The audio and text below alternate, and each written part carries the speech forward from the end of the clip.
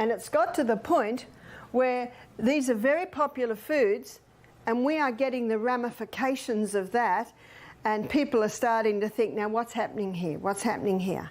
The first person that blew the whistle on it really was probably in the 80s, Dr. Robert Atkins. You've heard of Dr. Robert Atkins? Yeah. Now his book, it hit the press, and it became New York Times best-selling cookbook 4 years running. Wow. The nutritionists and the doctors hated him. Someone loved him. Who loved him? The people. You know why they loved him? It worked. His story is fascinating. He's a GP in his 40s, putting on a bit of weight, and of course that's what this will do. Let me show you why it does it. We'll just take a little, we're going to finish Atkins in a minute, but let me show you.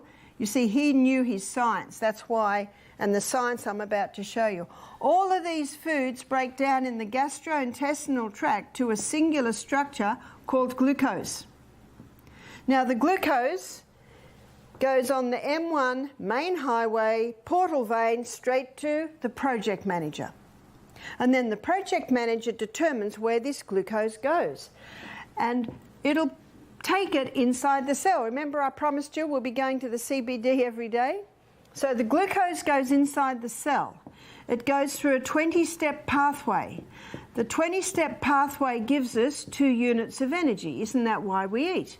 Now, the end result of that 20-step pathway is a chemical form of glucose called pyruvate. Pyruvate is the chemical form of glucose that gets fed into the next section of the cell, often called the powerhouse, because this little 8-step pathway delivers to us a whopping 36 units of energy.